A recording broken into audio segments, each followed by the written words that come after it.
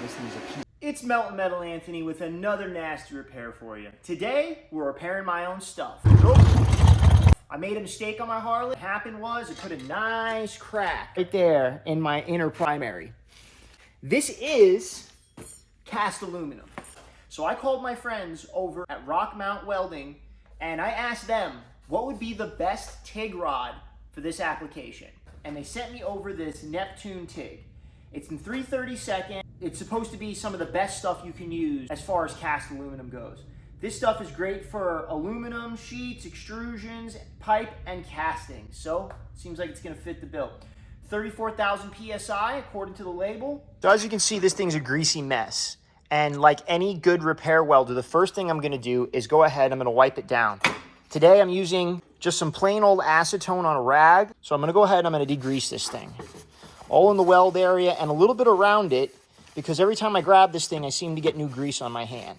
So we really want to be diligent with this. Now that we have it all cleaned up with acetone and we know we're not going to create any inclusions by putting a wire wheel or a flap disc to this thing, I've gone ahead and I've put on an aluminum specific flap disc to clean this thing up. Now, I'm not so sure that it makes that big of a difference on something that has a chrome coating on it like this does, but better safe than sorry, I figure.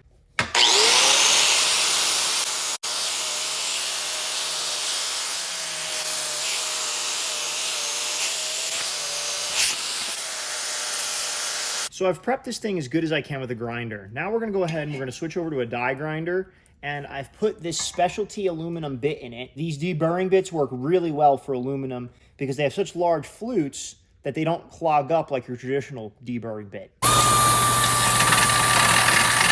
I know, I should be wearing gloves, and you should too.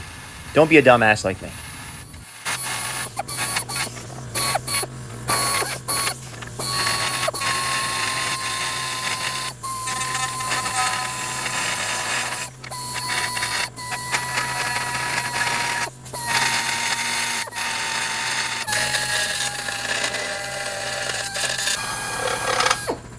Now that this thing's prepped out to my satisfaction, I'm gonna go ahead and get it ready to weld. But the first thing I need to be aware of is that I need to realign it. And how I'm gonna do that is simply just with a pair of vice grips. Doing this with one hand is not easy. There's certain things that doing with one hand are pretty easy, but this ain't one of them. All right, it's pretty well lined back up, and that's important because this does have to mount back onto my engine case on my motorcycle. And by my eye, that looks a lot better than it was. So the first thing I'm going to do is just throw a tack right there. Today, because we're in my friend Sean's workshop, we're going to be using his 186 thermal arc inverter machine. The start switch is a little weird on this one. It's on the back, but I've used this machine many times and it's very good. So I'm going to go through the settings real quick. Starts at weld current, 169, just because I don't like uneven numbers. 170 sounds good to me. We have control because we are using a foot pedal. So I'm going to go over here, and now our downslope, 1 second. It's going to take 1 second for it to go from peak current down to our bottom current. Our post flow, 3 seconds. You don't need much of that. That's basically just to protect the tungsten. I'm going to put it at 3.5. That should be fine. And now our balance, our AC balance, our wave balance, 50%. 50% should be fine for this. And our AC frequency, our hertz, 90. I think 90 sounds good. And now our pre-flow, 0.4 seconds, perfectly fine because we are welding aluminum. Hot start, 40 amps. Yeah, we do want a hot start with aluminum. 40 amps sounds fine to me. And back to our weld current, 170 amps. So I think these settings are going to do it for us. Now, as far as what I'm running for gas, I'm just running pure argon over there. Pull some of our Rockmount Neptune TIG out of the box. And the first thing you should do whenever you're TIG welding aluminum, because the key to welding aluminum is cleanliness, is you should go ahead, get yourself some acetone, a rag, and some suitable gloves, which I don't have, but it'll be okay. A little acetone isn't gonna kill me. And we're gonna clean our TIG rod up. And this is applicable to any TIG rod you use. You should do this with stainless too. The cleaner, the better, because oxidization likes to build up, especially on aluminum TIG rod. So it really doesn't matter what brand you get, you're gonna have oxidization on it. I twist them while I'm wiping them. That way I can assure that I get all sides of it. And this is just typical of any aluminum TIG rod. You see that black? That would have ended up in my weld puddle had I not done that. The other thing I'm gonna do real quick is I'm just gonna give this another little wipe down. Now the next tip I have for you with aluminum TIG is to close up your acetone and don't strike up next to it. No, I'm just kidding. Yeah, you should do that though. So I'm gonna put this aside. But the next tip I have for you is to get you a pair of nippers and clip your TIG rod in half. To have this thing swinging around, you'll catch things, you'll get caught. What you wanna do is you wanna nip this in half. So now, instead of 2 long pieces, I have 2 medium short pieces. And I try to get them about in half, but it really doesn't matter. So now that we've got all that done, we're ready to weld. I'm gonna get my super thin TIG welding gloves on. I like these Black Stallion gloves. They fit me just right. There's no baggy fingers, which is something I absolutely hate with TIG welding gloves.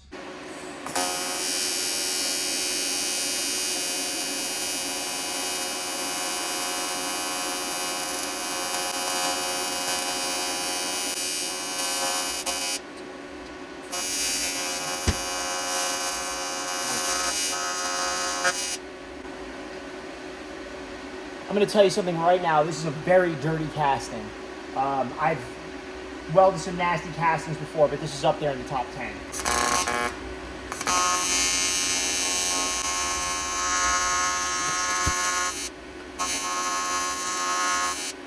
Now we should be able to remove the clamp. Hopefully it stays. Yep. Now we need to get this thing into a comfortable position, because welding is all about getting as comfortable as you can. And I think that's going to work out pretty good for me right there. I'm going to use the clamp like a kickstand.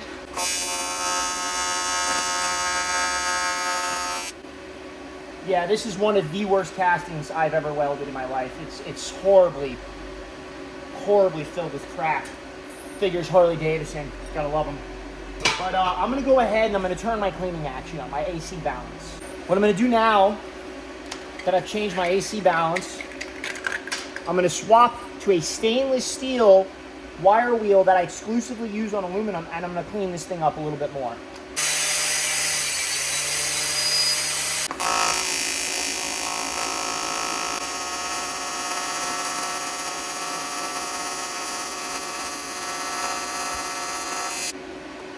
Yeah, this has to be the nastiest casting I think I've ever welded now that I'm messing with it a little bit. I've never seen such shit and such a bad puddle, and really just everything about it is bad. Harley Davidson, you know what, honestly, let's face it, Harley Davidson has been a fucking shit shack since the 70s, so, I mean, it's really no surprise that this is a shitty casting. Fucking cheap fuckers.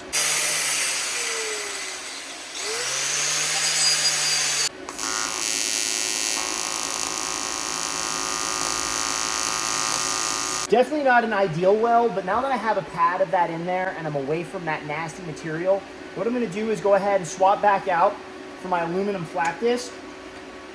I'm going to grind that out, and I'm hoping, now that I've got a pad of nice new material in there, that I'll be able to get a decent weld profile.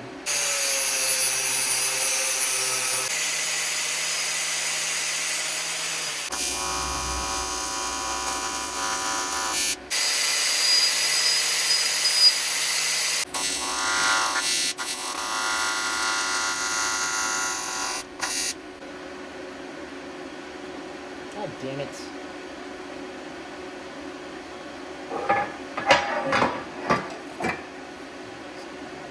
Oh my God, this thing's a piece of shit. So we had an unpleasant surprise, as with all shitty castings. I mean, this has got to be one of the worst I've ever welded on.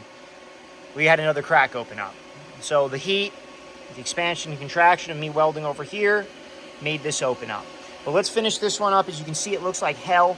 I'm going to go ahead and I'm going to back grind that, try to get all the impurities and imperfections out of it, and then I'm going to go ahead and weld it again. Now that we've got it back gouged, I'm going to go ahead and I'm going to TIG weld it out.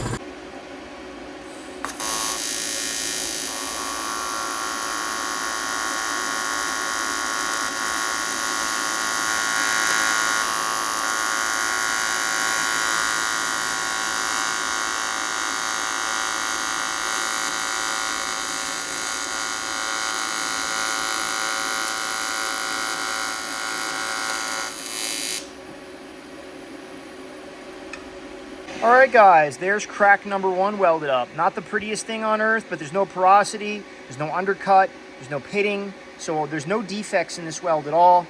So that should hold, and it should be stronger than the rest of the casting. You know, because I mean, 34,000 pound tensile strength is way stronger than whatever the hell this thing's got going on. Now we're gonna address the crack that appeared while I was welding. So the first thing we're gonna do to address this crack is we're gonna drill a hole in the end of it. Typically I wouldn't do this, but because it's cast aluminum, because it's not cracked all the way through, we are gonna pop that hole in the end. And if you look at it, my fear is that this is bowed out. So what I'm gonna try to do is clamp it down to the table while I tack it right here, and hopefully it'll pull itself back in. Hopefully this thing's usable when I'm done.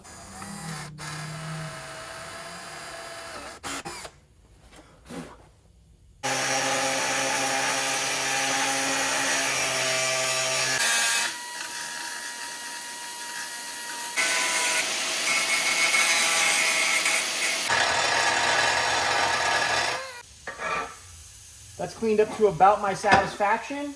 That's what it looks like once it's all been prepped out. You can see a piece of the crack fell through, and you're never gonna get a perfectly straight bevel whenever you're dealing with a crack situation.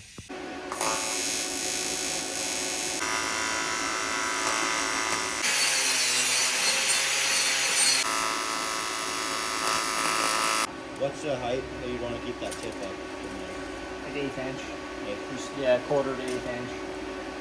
Off of the weld. Honestly, I've welded 2-stroke cases that have been in salt water their entire life that weren't this bad. Yeah. And this is just a bad casting is what it comes down to. Yeah, it looks pretty white. Yeah, it's not good stuff. God knows what's in it. It could be magnesium in it or something. You can see the backside of the weld. I mean, you've seen me weld. It's never that bad, you know. And that's just bad casting right there. So as you can see, it's still holding that crack all the way through, but this is just a really nasty casting. I don't know what's in this stuff, but it's the worst I've ever welded, and I've welded some nasty stuff over in my time. But we're gonna go ahead, we're gonna back gouge this, and we're gonna weld it out just like we did that weld.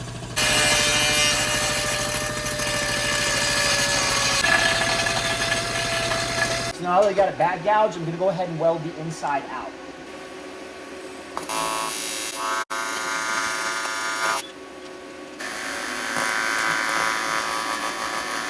So now that we got the casing all welded up, it looks pretty decent, definitely not perfect. The only thing I need to worry about is this inside lip, because I don't run an outer primary. I have a dry clutch that goes into this.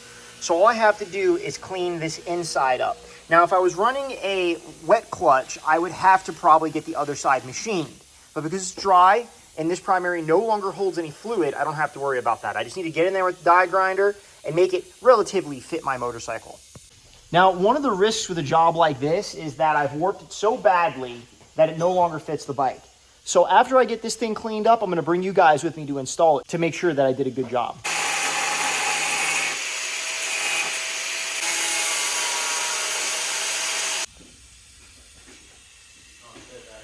We do have a little porosity right there, but whatever, it's mine. If it was the customer's, I'd probably cut it out and do it again, but I think this will hold. There you go. Not the best welds ever, not the worst. But as long as it sticks together, that's all I really care about. If you look down the primary, it looks fairly straight. I don't see any pull out either way. This is the side, like I said, again, that really matters because this is the side that mounts against the motor. I'll bring you guys back when I go to reassemble the motorcycle. Guys, I'm back here at the motorcycle. I've got the transmission all aligned. The primaries seem to line up pretty good. We're gonna do the final bolt up right now, though. I'm gonna kind of work it on. It's tight to the shaft around that. There it goes. I didn't even hit it. Just kind of did it. It's really tight to the shaft right there. But as you can see, it aligns pretty good. So I must not have warped it when I welded it. The welds look pretty decent, not perfect by any means, but that Rockmount Neptune TIG rod really made this job a lot easier. Oh, motherfucker. This is what I hate about this shit. Can't get your fucking hands in the oil lines in the way. I'm gonna pull all these, Loctite them, tighten it down. I'll bring you guys back when this thing gets running.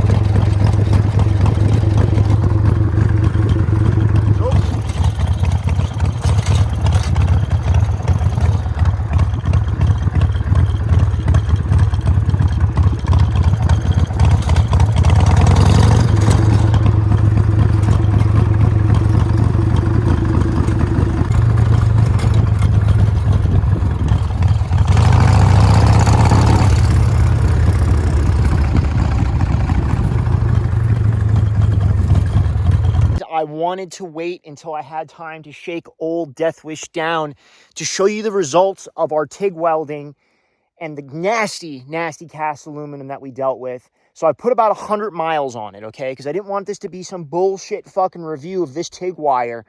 I wanted to be real about it, okay? If it snapped, I would have showed that. But, however, let me show you the results of the Neptune TIG from my partners over there at Rockmount. That actually came out pretty fucking good. So here it is. There's one of the welds. And then there is the second weld right there. And as you can see, I didn't fuck around on this shakedown. I'm up on a mountain. These roads are rutted to shit. And I took old Death Wish all the way up here. I think we're about 8,000 feet right now. We could go higher, but I think I'm going to stop it here. The roads are getting pretty nasty. If you liked the video, like, subscribe, and share. And if you didn't like it, as always, stick it up your ass. Go fuck yourself. And if you really, really liked it, and maybe you learned something from it, maybe it helped you. I don't know. Go over to my store, meltonmetal.com, buy yourself a hat, a t-shirt, a sticker. Do what you can for your boy. I could use a couple extra dollars because, well, YouTube just ain't paying what it used to. All right, guys, I'll catch you on the next one.